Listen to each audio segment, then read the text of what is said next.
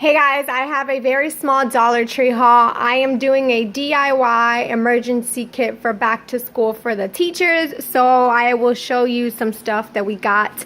I will show you guys maybe later in another video. We cut Destiny's hair today. Her hair was super long and now it's like super short. Not super short, but short from what it was. So let me jump in and show you guys what we got for the teachers.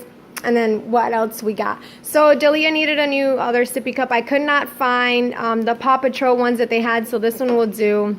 It's whatever.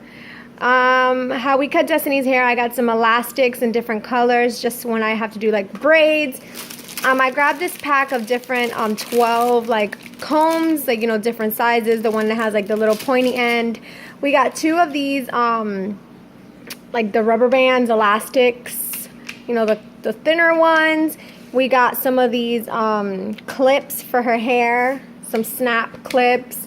For the teacher, she picked out like a lip balm. We got these little sticky notes that say Monday through Sunday, a deodorant. We got some lotion. We got 2 other lotions. We got like some like emergency kit kind of like, you know, snacks. We also grabbed 2 of these like, you know, pouches that you just add to water.